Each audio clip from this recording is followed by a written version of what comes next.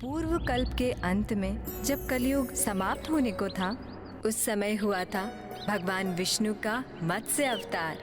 विष्णु देव के मत्स्य अवतार की सहायता से ही सृष्टि की पुनः रचना हुई थी। माता, ये कल्प क्या होता है? हनुमान, तुम्हें ज्ञात है युग कितने होते हैं? हाँ, मेरी माँ ने मुझे बताया था। 4 युग होते हैं। प्रथम युग सत्य युग, द्वितीय युग त्रेता युग, तृतीय युग द्वापर युग और चतुर्थ युग कलयुग। हनुमान, तुम्हारी माँ ने तुम्हें उत्तम शिक्षा दी है। अब सुनो, ये 4 युग मिलकर एक चतुर्युग होते हैं और एक सहस्त्र चतुर्युग मिलकर कल्प कहलाते हैं। और कल्प के अंत में महाप्रलय होती है, जिसमें सारा संसार, समस्त चराचर प्राणी सब नष्ट हो जाते हैं, सबका अंत हो जाता है। सबका अंत? ये प्रलय क्यों होती है माता? इसका होना आवश्यक है।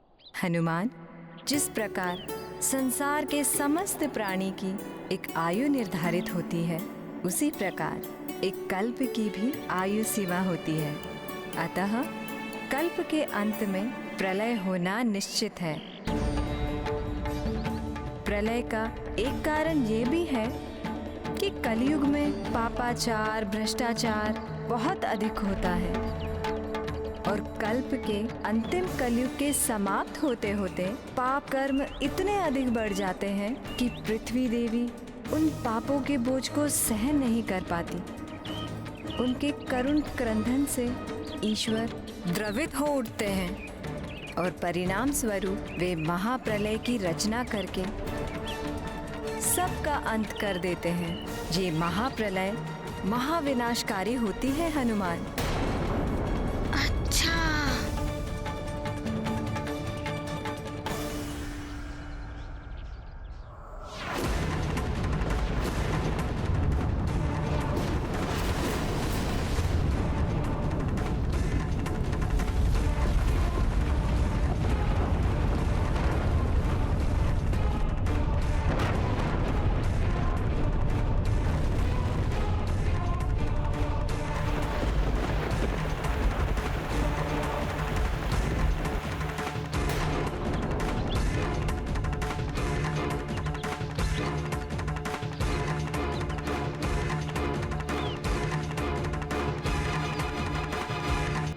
उस समय की महाप्रलय भी महाभयंकर हुई होगी।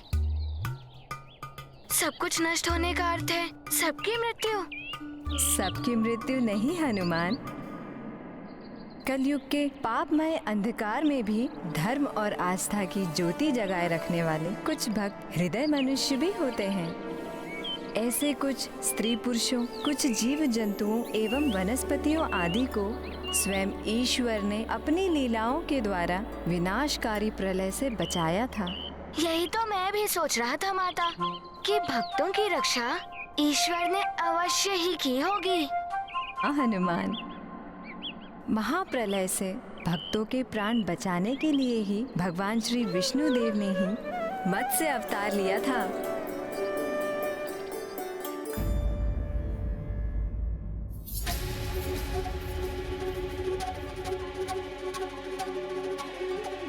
कलियुग के अंत का समय आ गया है, किंतु प्रभु के श्रीमुख पर विचलित होने के कोई संकेत नहीं दिखाई दे रहे हैं।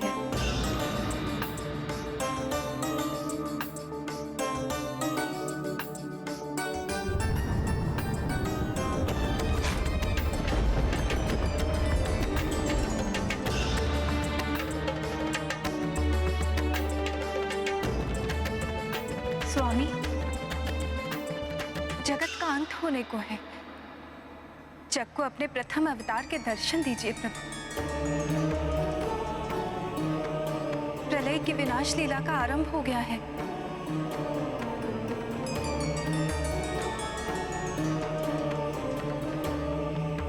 आश्चर्य है, मुझे आपके भक्तों एवं जीव जंतु आदि की चिंता हो रही है प्रभु।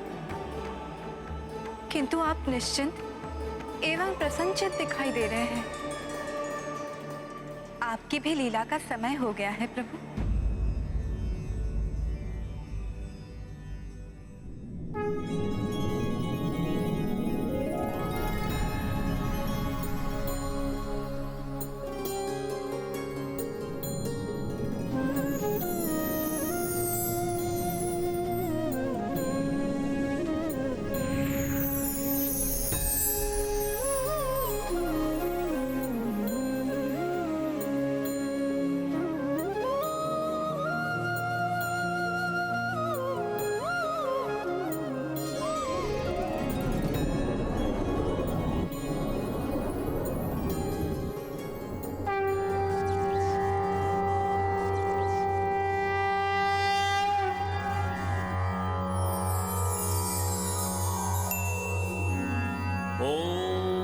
तत्पुरुषाय विद्महे महामीनाय धीमहि तनो विष्णु प्रचोदयात्।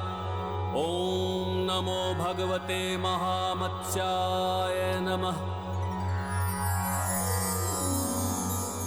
किंतु माता, उस छोटे से मत्स्य ने सारे भक्तों को महाप्रलय महाविनाश से कैसे बचा लिया?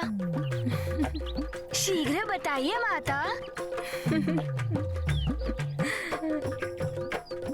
वानर हूँ ना, चंचल बुद्धि हूँ। आप मेरी चंचलता पर ही हंस रही है ना?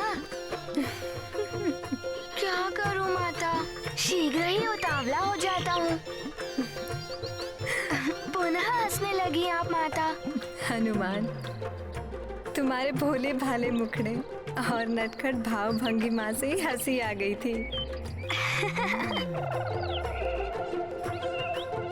हनुमान, छोटी सी मुट्ठी में भी सारा संसार समा सकता है। स्मरण रहे हनुमान, संसार में छोटा बड़ा कुछ नहीं होता। जो आज बड़ा दिखाई दे रहा है वो कल छोटा हो जाता है, और जो आज छोटा है वो कल बड़ा भी हो जाता है। मुझे तो कुछ समझ में ही नहीं आ रहा है माता। हनुमान, जब कथा पूर्ण होगी तब तुम्हें मेरे कथन का अर्थ समझ में आएगा, अभी नहीं। तो शीघ्र बताइए ना माता, प्रभु विष्णु जी की मत्स्य अवतार की कथा। तो ध्यान पूर्वक सुनो। जिन भक्तों को प्रभु बचाने वाले थे उनमें सर्वश्रेष्ठ भक्त थे महातेजस्वी राजा सत्यव्रत।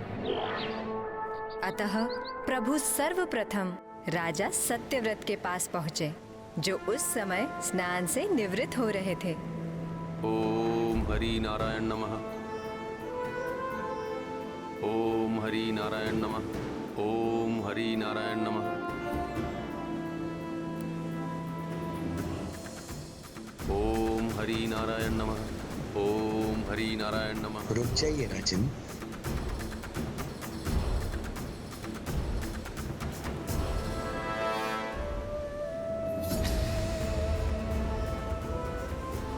ये मत्स्य मेरी अंजलि में? मुझे जल में मत छोड़िए राजन। प्रभु, आपकी लीला भी अनोखी है। आपकी कृपा हो तो पत्थर भी बोल पड़ते हैं। ये तो एक जीवधारी मत्स्य है। आप तो देख ही रहे हैं, मैं एक छोटा सा मत्स्य हूँ। समुद्र में भयानक जलचरों के मध्य मेरा जीवन कभी भी संकट में पड़ सकता है। वे एक क्षण में मुझे अपना भोजन बना लेंगे। मैं इसीलिए आपकी शरण में आया हूँ, मेरी रक्षा कीजिए। मत्स्य, तुम बिल्कुल चिंता ना करो, मैं भली भांति तुम्हारी देखभाल करूंगा और तुम्हें रहने के लिए सुरक्षित और पर्याप्त स्थान दूंगा। धन्यवाद राजन।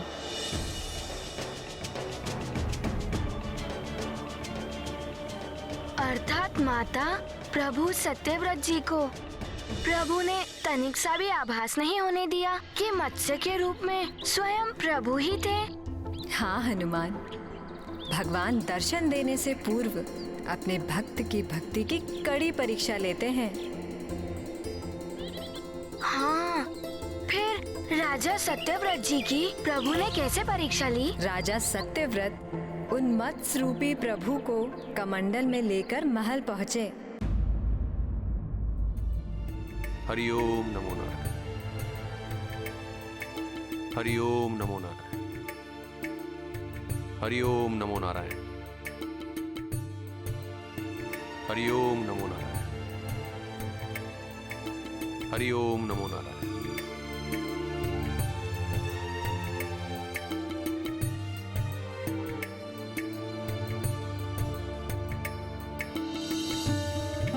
हरिओम नारायण हरि। हरिओम नारायण हरि। यह ध्वनि कहां से आ रही है? यह गड़गड़ की ध्वनि तो और तीव्र हो गई। यह ध्वनि कहां से आ रही है?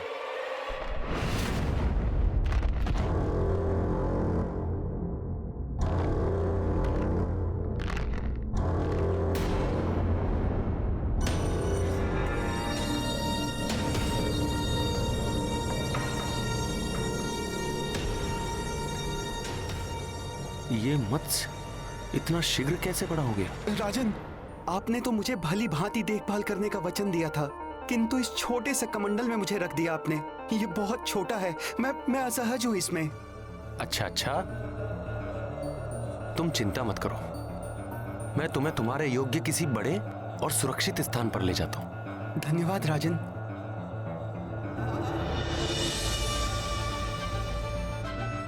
हरिओम नारायण हरि। हरिओम नारायण हरि।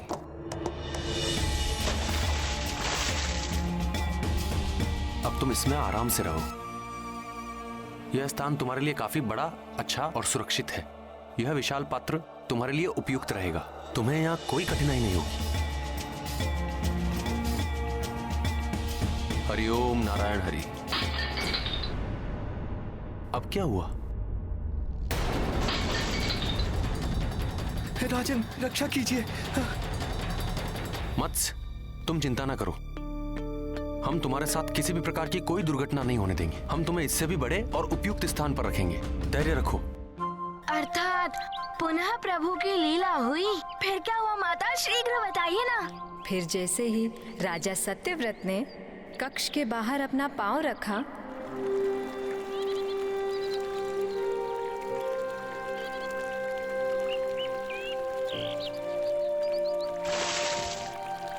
अब तुम इसमें रहो और आशा करता हूं कि तुम यहाँ सुखपूर्वक रह सकोगे।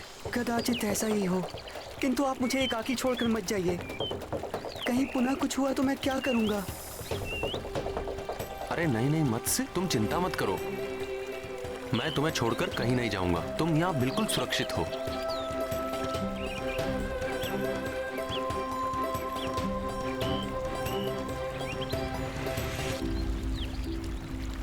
परंतु माता, हनुमान को एक बात समझ नहीं आ रही है। यदि प्रभु को मत्स्य रूप में बड़ा होना ही था, तो वो छोटे रूप में क्यों आए? और वो धीरे धीरे करके बड़े हुए, एक ही बार में बड़े क्यों नहीं हो जाते? बड़ी परीक्षाओं के उपरांत ही प्रभु के दर्शन होते हैं हनुमान। ये राजा सत्यव्रत के धैर्य एवं उनकी सहनशीलता की परीक्षा थी। इसके साथ ही भविष्य की घटना से भी इनका संबंध था।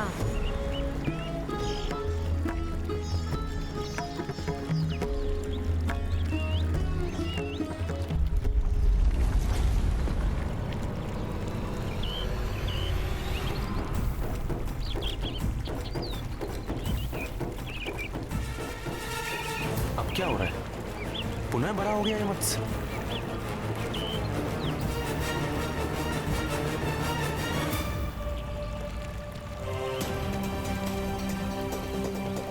हे भगवान, विचित्र है यह मत्स्य।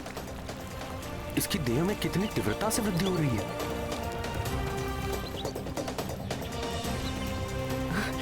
राजन, क्या सोच रहे हैं? शीघ्र कुछ कीजिए, ये पात्र भी मेरे लिए छोटा पड़ रहा है।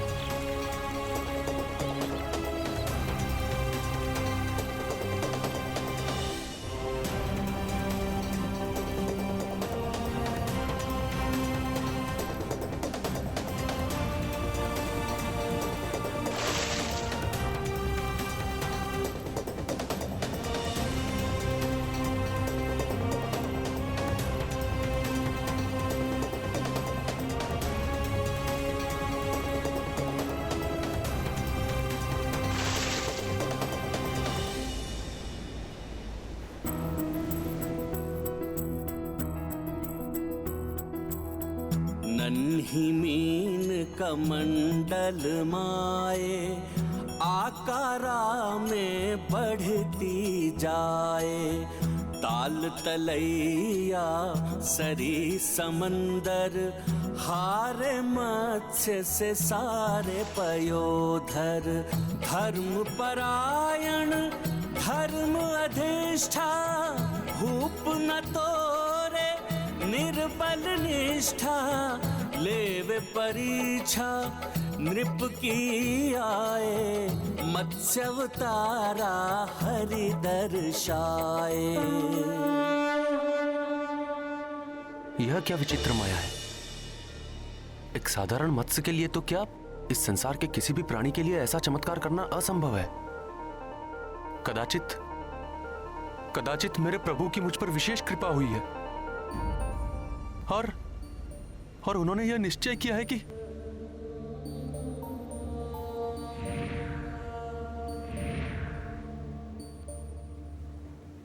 प्रभु, मेरे नारायण हरि, मैं जानता हूं कि इस अद्भुत मत्स्य रूप में आकर आपने अपने इस भक्त पर विशेष कृपा की है प्रभु।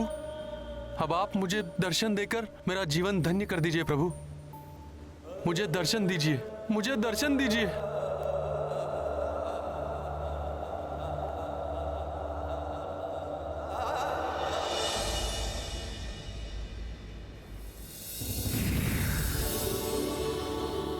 प्रभु। महाराज सत्यव्रत, वर्षों की कठिन तपस्या एवं साधना से भक्त भगवान को भी अपने वश में कर लेता है। देखिए, आज मैं भी आपकी श्रेष्ठ भक्ति के बंधन में बंधकर यहां चला आया। मेरे तो भाग्य ही खुल गए हरि नारायण। आपकी जय हो। आपको मेरा कोटि कोटि नमन। जय हो आपकी।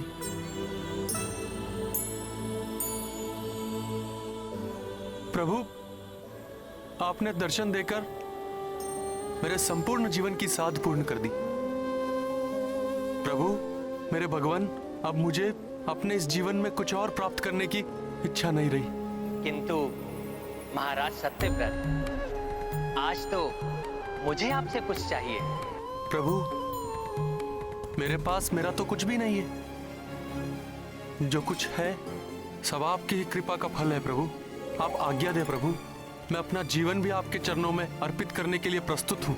राजन, आपको अपना जीवन अर्पित नहीं करना है, अपितु आपको औरों की जीवन रक्षा का कार्य करना है।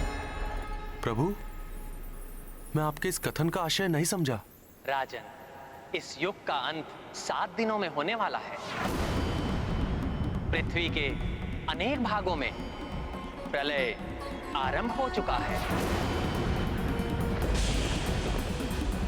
शीघ्र ही ये संपूर्ण पृथ्वी प्रलय जल में समा जाएगी और इस पृथ्वी पर स्थित समस्त चराचर प्राणी मृत्यु को प्राप्त हो जाएंगे। इस विनाशकारी प्रलय में अब तक पृथ्वी का 1/4 भाग डूब भी चुका है। इसलिए राजन, मैंने आपको एक महान दायित्व सौंपने का निश्चय किया है कि आप सभी भक्त, स्त्री पुरुषों, सभी प्रजाति की वनस्पतियों और वृक्षों के बीच समस्त पशु पक्षियों के नर मादा जोड़े एवं सप्त ऋषियों को उनके परिवार सहित एक विशाल नौका में एकत्रित कर लें। यह कार्य आपको सीमित समय अवधि में पूर्ण करना है। मैं अपनी पूर्ण क्षमता के साथ आपके इस आदेश का पालन करूंगा प्रभु। किंतु चिंता न करें राजन, आपकी सहायता के लिए मैं रहूंगा आपके साथ। बस आपको इतना स्मरण रखना होगा कि नौका को जल में उतारने से पूर्व आपको नागराज वासुकी को भी अपने साथ नौका में रखना होगा। प्रभु, जब मेरे शीर्ष पर आपका वरद हस्त है तो यह कार्य तो संपन्न होगा ही।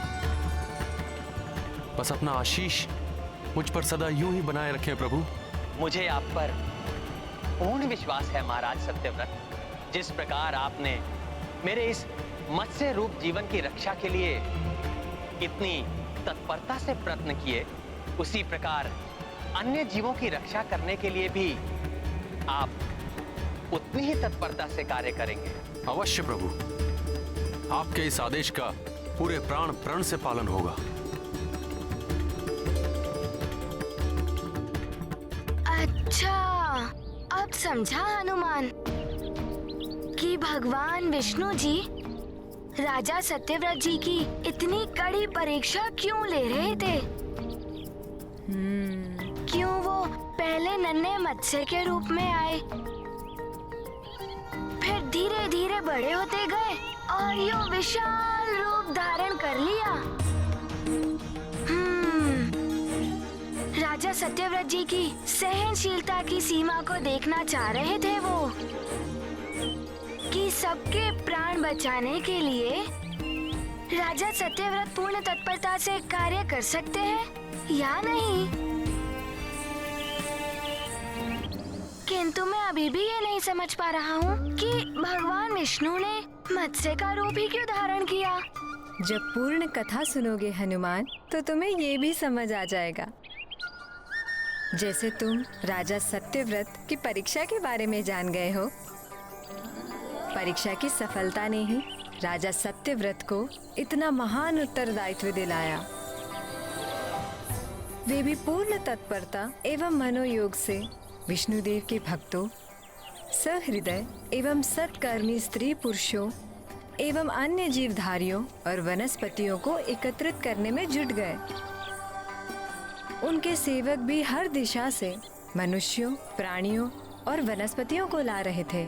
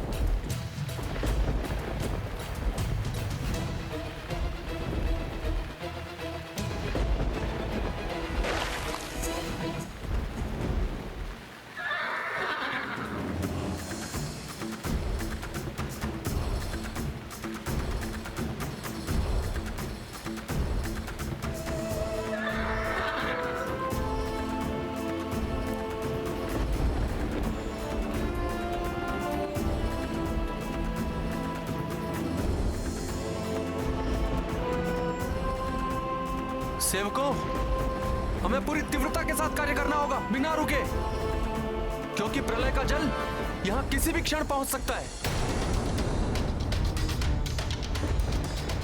इसलिए बिना क्लांत हुए पूरी शक्ति से कार्य करो।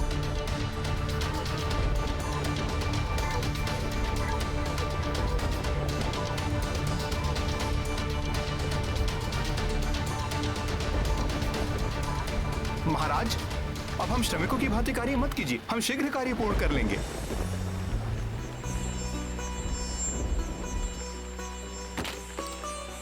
राजा तो प्रजा का सेवक होता है। प्रजा के जीवन की रक्षा करना ही राजा का प्रथम कर्तव्य है। जितने हाथ श्रम करेंगे जी, उतना ही कार्य तेजी से पूर्ण होगा। जी महाराज।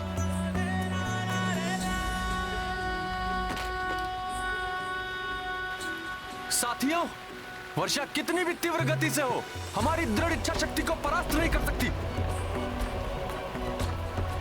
क्योंकि हमें प्रलय को परास्त करना है, किसी भी मूल्य पर।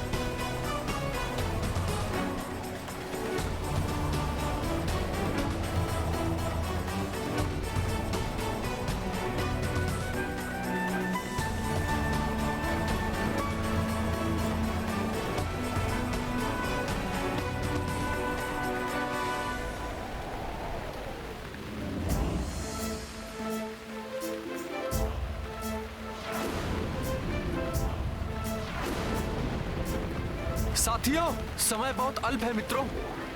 अपनी संपूर्ण शक्ति और सामर्थ्य लगा दो। विनाशकारी प्रलय का जल हमें डुबाने को उतावला है, किंतु हम भी सबके जीवन की रक्षा के लिए तत्पर हैं।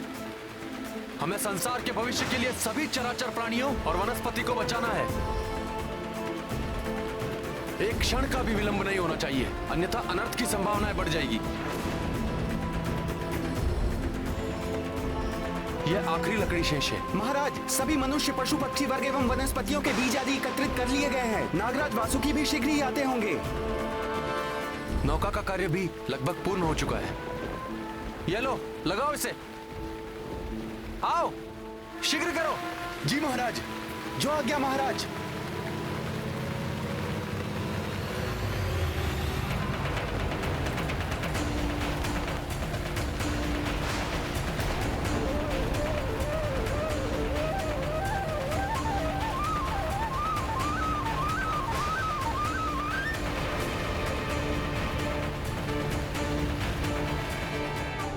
ये तो पूर्व संकेत है प्रलय की।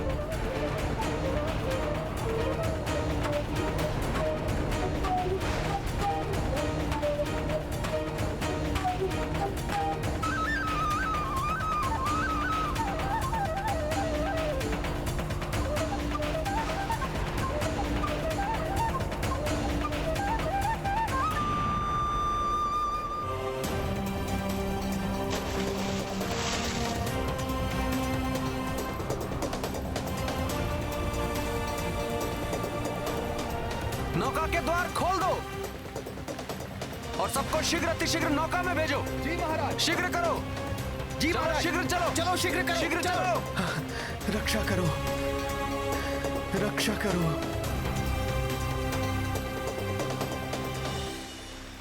जाइए शीघ्र।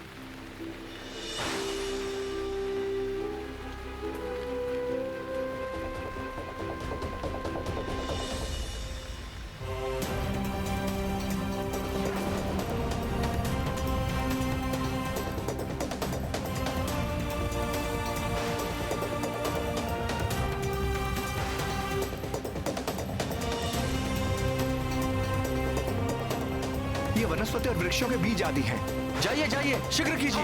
चलो शीघ्र चलो। शीघ्र कीजिए, जाइए।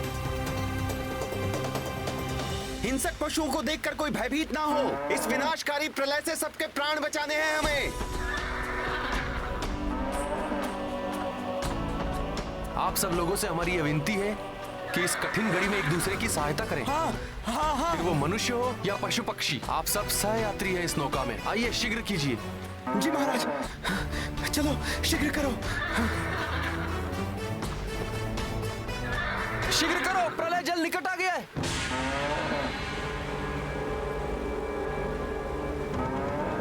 प्रलय जल तो आ ही गया है राजन, कहीं ये शेष लोग छूट ना जाएं। आप चिंता मत कीजिए, मैं किसी को छूटने नहीं दूंगा। शीघ्र कीजिए, जाइए शीघ्र। हाँ जी महाराज, शीघ्र करो।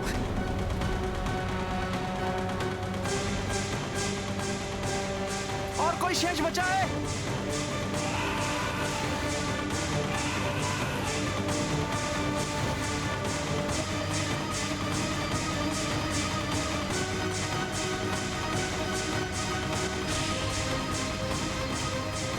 ये नागराज वासुकी कहाँ रह गए?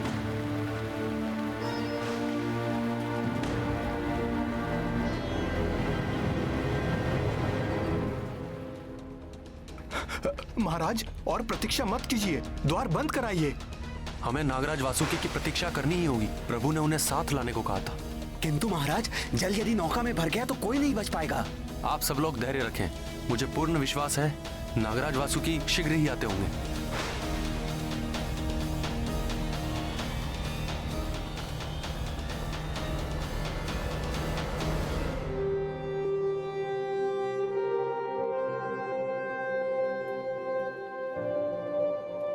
प्रभु श्री नारायण का नाम लो और द्वार बंद करो जल्दी।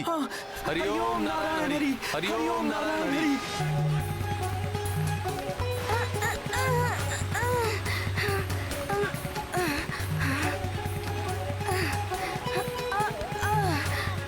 आप सब लोग सतर्क रहें, धैर्य रखें और तनिक भी भयभीत न हो।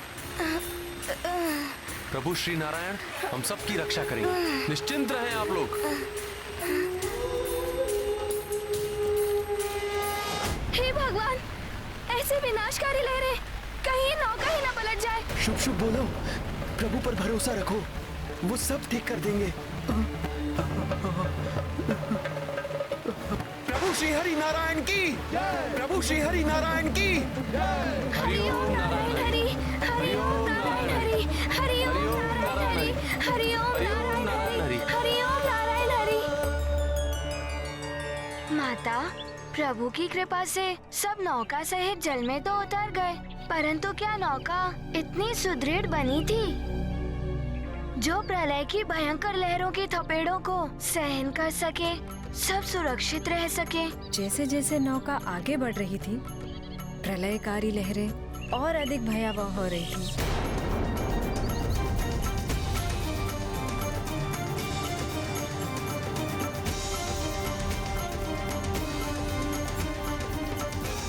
धैर्यवान और संकल्पी व्यक्ति को ही जीवन में बड़ा कार्य करने का उत्तरदायित्व मिलता है।